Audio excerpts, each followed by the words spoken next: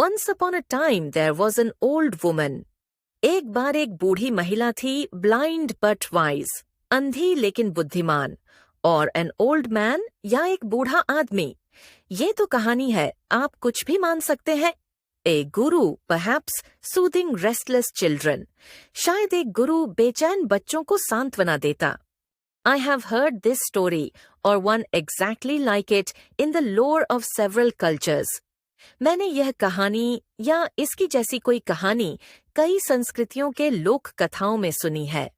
Once upon a time there was an old woman. एक बार एक बूढ़ी महिला थी, blind, wise, अंधी, बुद्धिमान.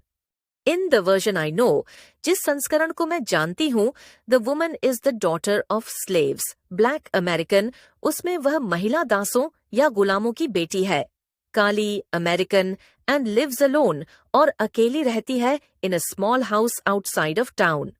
शहर के बाहर एक छोटे से घर में. Her reputation for wisdom is without peer and without question. उसकी बुद्धिमानी की प्रतिष्ठा बेजोड़ और लाजवाब है. Among her people, उसके लोगों में, she is both the law and its transgression. वह कानून और उसका उल्लंघन दोनों है. The honor she is paid, उसे जो सम्मान मिलता है, and the awe in which she is held, और जिस श्रद्धा युक्त रोब में उसे देखा जाता है, reach beyond her neighborhood to places far away. वह उसके पड़ोस से दूर के स्थानों तक पहुंचता है. To the city, उस शहर तक, where the intelligence of rural prophets, जहां ग्रामीण भविष्यवक्ताओं की बुद्धिमत्ता is the source of much amusement, मजाक का विषय होती है. One day, the woman is visited by some young people. एक दिन कुछ युवा लोग उसके पास आते हैं, who seem bent on disproving her clairvoyance, जो उसके अंतर्ज्ञान को गलत साबित करने and showing her up for the fraud they believe she is, और उसे ठग के रूप में दिखाने के लिए दृढ़ संकल्पित हैं. Their plan is simple. उनका योजना सरल है. They enter her house, वे उसके घर में प्रवेश करते हैं, and ask the one question, और एक ऐसा सवाल पूछते हैं, the answer to which rides solely on her difference from them, जिसका उत्तर केवल उनके और उसके बीच के अंतर पर निर्भर करता है. A difference they regard as a profound disability, her blindness. एक अंतर जिसे वे एक गंभीर विकलांगता मानते हैं, उसकी अंधापन. अब इस बात को ऐसे समझें, उनकी योजना सरल है. वे उसके घर में प्रवेश करते हैं और एक ऐसा सवाल पूछते हैं जिसका उत्तर केवल उनके और उसके बीच के अंतर पर निर्भर करता है.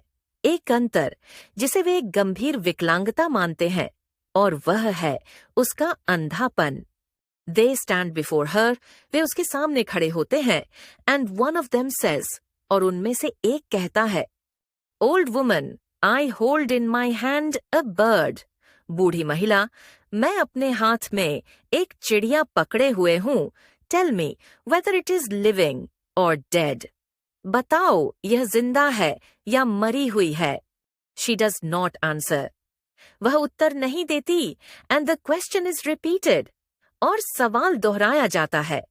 Is the bird I am holding living or dead? यह पक्षी जो मैं पकड़े हुए हूँ, जिंदा है या मुर्दा? Still she does not answer. अब भी वह उत्तर नहीं देती. She is blind and cannot see her visitors. वह अंधी है और अपने आगंतुकों को नहीं देख सकती. Let alone what is in their hands. यह तो दूर की बात है कि वो ये बता पाए कि उनके हाथ में क्या है. She does not know their color, gender or homeland. वह उनके रंग, लिंग या देश की पहचान नहीं जानती. She only knows their motive. वह केवल उनके इरादों को जानती है. The old woman's silence is so long. बूढ़ी महिला की चुप्पी इतनी लंबी है. The young people have trouble holding their laughter, कि युवाओं को हंसी रोकने में कठिनाई होने लगती है. Finally she speaks. अंततः वह बोलती है, and her voice is soft but stern. और उसकी आवाज नरम लेकिन कठोर होती है. I don't know whether the bird you are holding is dead or alive.